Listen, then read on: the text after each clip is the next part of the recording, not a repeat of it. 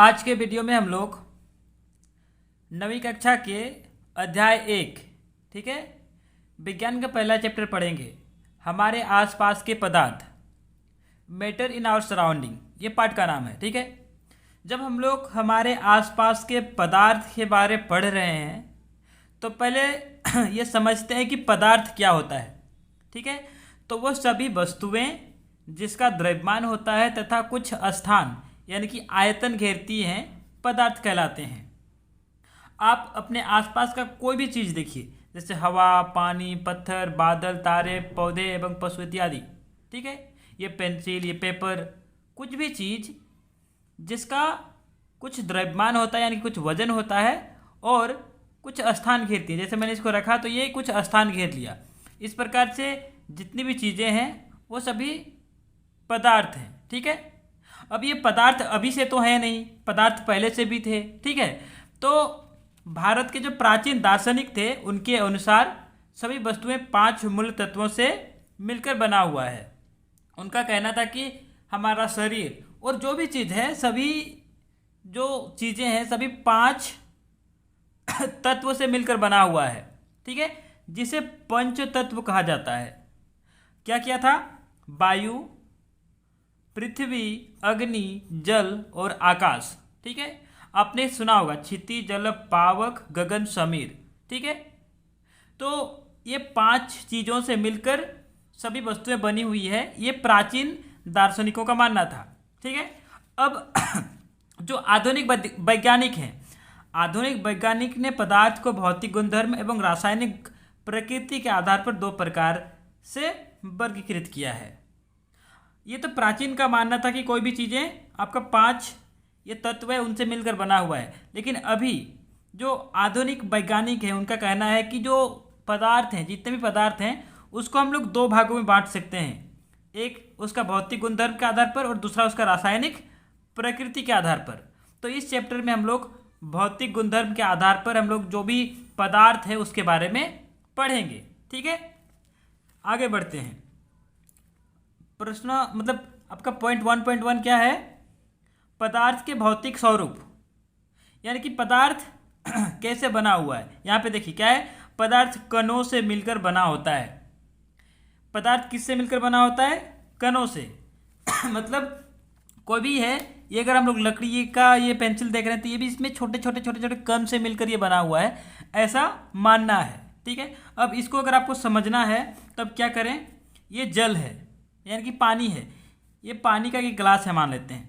अब इसको अगर हम लोग मतलब इसको अगर बहुत बड़ा करके देखेंगे ना, बहुत बड़ा करके देखेंगे तो यहाँ पे इस प्रकार के आपको इसमें अंदर से कण दिखेंगे, छोटे छोटे कण दिखेंगे इस पानी में। मतलब वो पानी क्या है, वो बहुत सारे कण मिला हुआ है जो आपको पानी जैसा दिख रहा है। ठीक है, अब हम लोग क्या करते हैं, इसमें नमक मिला देते हैं।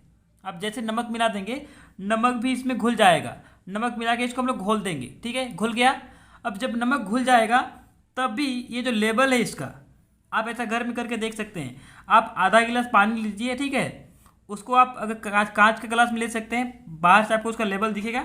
अब वहाँ पे आप ऐसा कुछ भी लगा सकते हैं, पहचान के लिए एक लकीर दे दीजिए। उसके बाद उसमें 1 चम्मच नमक डाल दीजिए। अब उसको अच्छे से मिला दीजिए उसके बाद भी उसका जो लेवल है वही उतना ही रहेगा, बढ़ेगा नहीं। ठीक है, नहीं बढ़ेगा। क्यों? क्योंकि वो जो उसके कण थे, नमक के कण थे, वो इस पदार्थ में घुल गए हैं। ठीक है, आगे हम लोग पढ़ेंगे। क्योंकि पदार्थ के कणों के बीच में खाली स्थान रहता है और नमक क्या करता है, उस खाली स्थान में बैठ जाता है। इसके लिए उसका लेवल, यहाँ पे उसका लेवल बढ़ता नहीं है। ठीक है, वो हम लोग आगे देखेंगे अभी।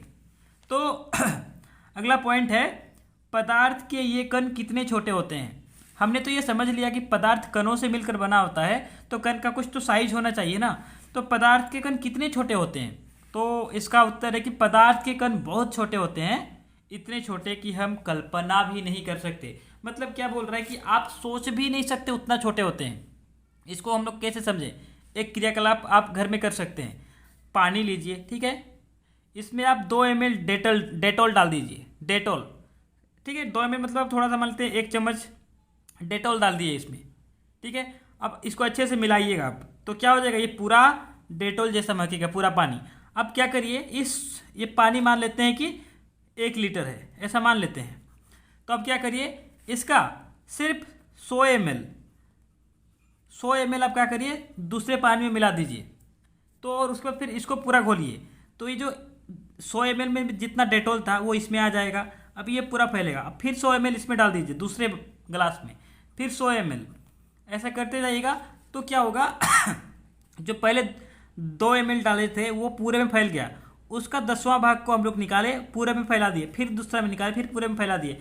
ऐसे करके फैलाते जाएंगे ना तो क्या होगा, ये जो हम लोग का डेटॉल है उसके जो कण हैं वो पहले यहाँ पे फैले, जब फिर दूसरी जगह कर देंगे तो वो छोटे छोटे फिर और फैल जाएंगे। ऐसे करते करते वो छोटे छोटे कणों में टुकड़ा होते जाएंगे और एक समय ऐसा आएगा जब उसका जो महक है, डेटॉल का महक है, वो नहीं रहेगा। लेकिन ऐसे 1 2 3 4 5 6 5-6 बार आप करेंगे तब तक आपको डेटॉल का महक मिलता रहेगा। मतलब आप समझ सकते हैं कि कितना छोटा कण है, इतना सारे पानी में मिलाने के बाद भी उसका महक उसमें बरकरार रहता है। ठीक है, तो इस प्रकार से आप इस क्रियाकलाप को कर सकते हैं। समझ में आ रहा है? ठीक है, आगे बढ़ते हैं। पदार्थ के कणों के अभिलाक्षणिक गुण। तो जो पदार्थ के कण है उसमें किस प्रकार का गुण पाया जाता है? तो 3 गुण होता है। ठीक है, क्या क्या है? पहला, पदार्थ के कणों के बीच रिक्त स्थान होता है। कहने का मतलब है कि पदार्थ के जो कण हैं वो उनके बीच में खाली स्थान पाया जाता है। जैसे हमने देखा था ना कि एक गिलास पानी लीजिए, इसमें नमक डाल दीजिए तो नमक उसमें घुल जाता है और उसका लेवल नहीं बढ़ता है। क्यों नहीं बढ़ता है? क्योंकि उसका जो नमक का कण थे, उसके जो कण थे नमक के, वो पानी के कणों के बीच में जो खाली स्थान रहता है, रिक्त स्थान रहता है, उसमें बैठ जाते हैं। ठीक है, इसके लिए उसका लेवल बढ़ता नहीं है। ये पहला पॉइंट। ठीक है, दूसरा है पदार्थ के कण निरंतर गतिशील होते हैं। निरंतर गतिशील करने का मतलब पदार्थ का जो कण है वो आपस में अंदर अंदर ही चल रहा है, जो आपको पता नहीं चलेगा, देखने से पता नहीं चलेगा। ठीक है, अब देखने से पता नहीं चलेगा तो हम लोग क्या उसके लिए कर सकते हैं? ये एक गिलास पानी है, इसमें 1 बूंद स्याही डाल दीजिए। स्याही, इंक यहाँ पे आप डाल दीजिए और कुछ मत करिए इसको। जब आप इसको बहुत थोड़ा टाइम तक छोड़ देंगे तो ये कण यानी कि ये जो आपका स्याही था वो पूरे गिलास में फैल जाएगा। कैसे फैल रहा है? हमने तो 1 बूंद स्याही डाला इस कोने में यहाँ पे, लेकिन ये पूरे में क्यों फैल गया? क्योंकि ये जो कण है निरंतर गतिशील है, तो इधर का कण यहाँ पे आया। ऐसे करते करते सारे कण आपस में एक दूसरे में गति करते करते फैलते गए और ये पूरा फैल गया। तो इस बात से पता चलता है कि पदार्थ के कण निरंतर गतिशील होते हैं। ठीक है, तो अब इससे क्या होता है कि पदार्थ के कण निरंतर गतिशील है, अर्थात उनमें गतिज ऊर्जा होती है। ठीक है, अगर कोई भी गति में रहता है तो उसमें गतिज ऊर्जा होता है, आपको पता है। ठीक है, कोई भी चीज़ गति में है, ठीक है, जैसे कोई बल्ब, कोई मान लेते हैं बॉल है या फिर कोई पत्थर है, अगर वो गति में है तो उसमें गतिज ऊर्जा रहता है, आपको पता है। ठीक है, तो उसी प्रकार से अगर ये कण गति में है मतलब क्या है? उस कण में गतिज ऊर्जा होता है। ठीक है, और जैसे जैसे अगर हम लोग ये जो पानी है इसका अगर तापमान बढ़ाएंगे, टेम्परेचर बढ़ाएंगे, तो तापमान बढ़ने से कणों की गति तेज हो जाती है। यानी कि कणों की गति तेज होगी तो क्या होगा? उसका गतिज ऊर्जा भी बढ़ जाएगा। ठीक है, अभी यहाँ पे एक टर्म आता है, एक यहाँ पे शब्द आता है विसरण। विसरण किसको बोलते हैं? 2 पदार्थ के कणों का स्वतः मिलना ही विसरण कहलाता है। मतलब जैसे यहाँ पे स्याही था यानी कि इंक था, ये पानी था, दोनों अपने आप मिल गए, तो ये जो घटना था दोनों का अपने आप मिलने का, उसको विसरण बोलते हैं। 2 पदार्थ के कणों का स्वतः यानी कि अपने आप मिलना ही विसरण कहलाता है। याद रहेगा? ठीक है, आगे बढ़ते हैं। तो ये जो अभिलाक्षणिक गुण पढ़ रहे थे हम लोग पदार्थ के कणों का, पहला था पदार्थ कण के बीच रिक्त स्थान होता है, दूसरा था पदार्थ के कण निरंतर गतिशील होते हैं, और तीसरा क्या है?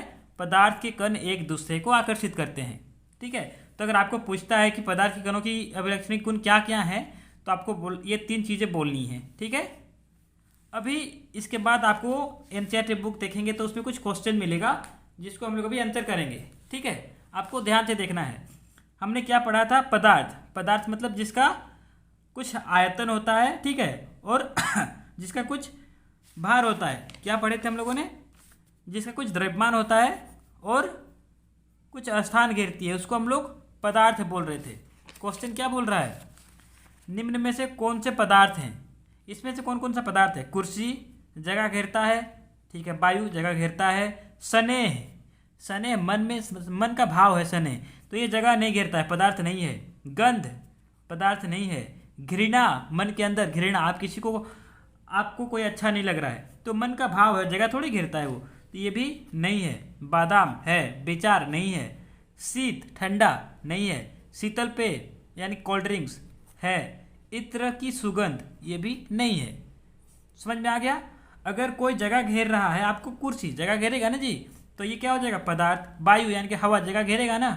आप बोले हवा किसे जगह घेर रहा है? आप बैलून में हवा फूंकिए तो बैलून फैलता है, मतलब क्या? वो जगह घेर रहा है। जो आप हवा फूंक रहे हैं बैलून के अंदर, वो जगह घेर रहा है तो बैलून फूल रहा है। ठीक है, टायर के, गाड़ी का टायर में, साइकिल के टायर में हवा रहता है, जगह घेर रहा है ना, तो यानी कि ये आपका पदार्थ है। ठीक है, अभी दूसरा क्वेश्चन, निम्नलिखित परीक्षण के कारण बताएं। ये यहाँ पे कुछ घटना बता रहा है, उसका कारण क्या है आपको पूछ रहा है। पहला क्या है? गर्म खाने की गंध कोई मीटर दूर से ही आपके पास पहुँच जाती है, लेकिन ठंड खाने के मग लेने के लिए आपको उसके पास जाना पड़ता है। ठीक है, आप कोई खाना बना रहा है, उसका सुगंध आपको दूर से मिल जाएगा, आपको पता चल जाएगा क्या खाना बना रहा है। लेकिन अगर वही खाना ठंडा हो गया तो आपको पता नहीं चलेगा, आपको उसके सामने जाना पड़ेगा। तो ऐसा क्यों होता है? तो हमने पढ़ा था कि पदार्थ के कण निरंतर गतिशील होते हैं, पढ़ा था। ठीक है, और हमने ये भी पढ़ा था कि अगर उसका, ये मान लेते हैं कोई खाना बना रहा है, ठीक है, इसमें कुछ डाल दिया, कुछ खाना बना रहा है, ठीक है। अब इसके कण अंदर में तो गतिशील हैं, अंदर में इधर उधर गति कर रहे हैं, ठीक है। अब हम लोग इसको आग जलाते हैं ना, इसमें आग जलाते हैं तो इसका टेम्परेचर बढ़ रहा है। और हमने ये पढ़ा था कि यहाँ पे हमने पढ़ा था कि अगर, किधर पढ़ा था भाई हमने? अभी हमने देखा था यहाँ पे, तापमान बढ़ने से कणों की गति तेज हो जाती है। तापमान बढ़ेगा तो कणों की गति तेज हो जाएगी। तो होता क्या है, इसको तापमान बढ़ाते हैं तो इसके अंदर का जो कण रहता है, इसका गति बढ़ जाता है, और ये यहाँ से आपका जो भी पदार्थ है उससे बाहर आने लगता है, और वो हवा में मिल जाता है, और हवा बहते रहती है, तो आप जहाँ बैठे रहते हैं वहाँ तक पहुँच जाती है। ठीक है, इसी कारण से जो गर्म खाना है उसका गंध हमारे पास तक पहुँच जाता है। और ठंडा खाना में क्या रहता है, टेम्परेचर कम रहेगा, अंदर में कणों की भी गति होगी लेकिन उतनी ज़्यादा नहीं होगी कि वो हवा में मिल जाए, तो उसका गंध लेने के लिए हम लोग को पास जाना पड़ेगा। ठीक है, तीसरा क्वेश्चन, स्विमिंग पूल में गोताखोर पानी काट पाता है, इसमें पदार्थ का कौन सा गुण प्रेक्षित होता है? तो पदार्थ के 3 गुण पढ़े थे, ठीक है। कौन कौन सा? पदार्थ के कणों के बीच रिक्त स्थान होता है, पदार्थ के कण निरंतर गतिशील होते हैं, और तीसरा, पदार्थ के कण एक दूसरे को आकर्षित करते हैं। अब इसमें बोल रहा है कि एक स्विमिंग पूल है, ठीक है, एक आदमी है जो स्विमिंग पूल में नहा रहा है, तो पानी को तैर रहा है, काट रहा है, पानी के बीच बीच में जा रहा है, तो उसमें कौन सा गुण है जिसके कारण वो जा पा रहा है? तो पानी के अंदर पदार्थ, पानी यानी कि पदार्थ जो है उसके अंदर में रिक्त स्थान पाया जाता है, खाली स्थान पाया जाता है, उस गुण का यहाँ पे प्रेक्षित हो रहा है। इसको हम लोग, इसका आंसर क्या होगा? पदार्थ के कणों के बीच रिक्त स्थान होता है, उसी कारण से आदमी उसके अंदर जा पा रहा है। ठीक है, अभी क्या है, पदार्थ के कणों की क्या विशेषताएं हैं? तो ये 3 विशेषता, पदार्थ के कणों के बीच रिक्त स्थान होता है, पदार्थ के कण निरंतर गतिशील होते हैं, तीसरा, पदार्थ के कण एक दूसरे को आकर्षित करते हैं। इसमें लिखेंगे तो इसका आंसर हो जाएगा। ठीक है, उसके बाद हम लोग का आता है कि पदार्थ की अवस्थाएं, जो पदार्थ है वो किस किस अवस्था में पाई जाती है? तो पदार्थ 3 अवस्था में पाई जाती है, ठोस, द्रव, गैस। ठीक है, पदार्थ की ये अवस्थाएं उसके कणों की विभिन्न विशेषताओं के कारण से होती है। समझ में आ रहा है? पदार्थ तो कण से मिला हुआ है, और उस कण की जो विभिन्न विशेषताएं हैं उसके कारण से कभी कोई पदार्थ ठोस है, कोई पदार्थ द्रव है, और कोई पदार्थ गैस है। अभी इस सबको एक एक करके देखते हैं। ठोस अवस्था किसको बोलेंगे? तो वैसा पदार्थ जिसका आकार तथा आयतन निश्चित होता है उसे ठोस अवस्था कहते हैं। पदार्थ तो सारा है, लेकिन जो पदार्थ, जैसे ये पेंसिल हो गया, इसका आकार और आयतन निश्चित है, इसका आकार जैसे लंबा लंबा है तो वैसा ही रहेगा, आयतन जितना जगह घेर रहे उतना ही घेरेगा। ठीक है, तो इसको क्या बोलेंगे? ठोस। जैसे पेन हो गया, किताब, सुई, लकड़ी की छड़, तो ये सब क्या हो गया आपका? ठोस अवस्था हो गया। दूसरा क्या है? द्रव अवस्था। वैसे पदार्थ जिसका आकार निश्चित होता है, जिसका आकार अनिश्चित होता है लेकिन आयतन निश्चित होता है। जैसे पानी है, पानी को आपने बाल्टी में डाला तो पानी बाल्टी जैसा बन गया, पानी को आपने गिलास में डाला तो पानी गिलास जैसा बन गया, पानी को आपने कहीं दूसरा शेप का बर्तन में डाला तो उस शेप का बन गया, लेकिन जगह उतना ही घेरता है। अगर 1 लीटर पानी है तो उसका अंदर जगह वो उतना ही घेरता है। समझ में आ रहा है? यानी कि उसका क्या होता है? आकार तो अनिश्चित होता है, मतलब जिस शेप का बर्तन में डालेंगे उसी शेप में हो जाएगा, लेकिन उसका आयतन निश्चित रहता है। तो जैसे जल हो गया, दूध हो गया, जूस हो गया, शीतल पेय, ये सारे क्या हैं? द्रव अवस्था के उदाहरण हैं। फिर आता है गैस अवस्था। वैसे पदार्थ जिसका आकार तथा आयतन दोनों अनिश्चित होता है, ठीक है, उसको गैस अवस्था बोलते हैं। जैसे आपका ऑक्सीजन हो गया, नाइट्रोजन हो गया, हवा हो गया, ये सारे गैस अवस्था हैं। पदार्थ तो हैं लेकिन वो कौन सी अवस्था में है? गैसीय अवस्था में है। ठीक है, अब यहाँ पे कुछ नोट्स है जो मैंने लिखे हुए हैं। द्रव में ठोस, द्रव और गैस तीनों का मिश्रण संभव है। पानी में क्या है? उसमें ठोस भी मिल सकता है, ठीक है, उसमें द्रव, यानी कि एक पानी में, जैसे पानी में दूध मिला दिए तो पानी भी द्रव, दूध भी द्रव, दोनों आपस में मिल जाएंगे। ठीक है, तो द्रव में कोई भी पानी तरल पदार्थ में क्या है? उसमें ठोस भी मिल सकता है, द्रव भी मिल सकता है और गैस भी मिल सकता है। ठीक है, याद रहेगा। दूसरा पॉइंट क्या है? जलीय जंतु जल में घुली ऑक्सीजन के कारण श्वास लेते हैं। आपको कभी हैरानी नहीं होती है कि जो मछली है, मछली वो पानी के अंदर जिंदा कैसे है? उसको सांस लेने के लिए ऑक्सीजन चाहिए ना, तो वो क्या करता है, पानी में जो घुला हुआ ऑक्सीजन रहता है उससे सांस लेके वो जिंदा रहता है। समझ में आ गया? क्योंकि पानी में ऑक्सीजन घुला हुआ है। तीसरा है रिक्त स्थान ठोस, मतलब ये समझ लीजिए, जो रिक्त हमने पढ़ा था ना कि पदार्थ कणों के बीच खाली स्थान यानी कि रिक्त स्थान होता है, तो जो रिक्त स्थान है वो गैस में सबसे ज़्यादा होगा, द्रव में उससे कम होगा और ठोस में उससे भी कम होगा। तो आप इसको इस प्रकार से समझ सकते हैं। ये मान लेते हैं कि किसी ठोस के अंदर का कण है तो ये बहुत अच्छी तरफ से अरेंज किए हुए मिलेंगे। ठीक है, मेरा जो यहाँ पे बनाया है उतना अच्छा है नहीं, मतलब ये बहुत ही अच्छे से वेल अरेंज रहेंगे। ठीक है, द्रव में आगे पीछे जैसे तैसे रहेगा, दूर दूर रहेंगे, इसके कंपेयर में ये दूर दूर रहेंगे, और गैस और भी बहुत ज़्यादा दूर दूर रहेगा। और ये निरंतर गति करते हैं, तो ये गति करने के लिए इनके पास जगह नहीं रहता, तो ये वाइब्रेट करते हैं, ये थोड़े थोड़े गति करते हैं, मतलब ये गति करते हैं और ये बहुत तेज तेज गति करते हैं इनके कंपेयर में। ठीक है, ये तीन चीज़ें हो गई। ठीक है, अब उसके बाद वाली चीज़ें जो हैं, जैसे क्या पदार्थ अपनी अवस्था बदल सकता है, जैसे ठोस से द्रव हो गया, द्रव से गैस हो गया, तो ऐसा कर सकता है क्या? हाँ कर सकता है, बिल्कुल कर सकता है।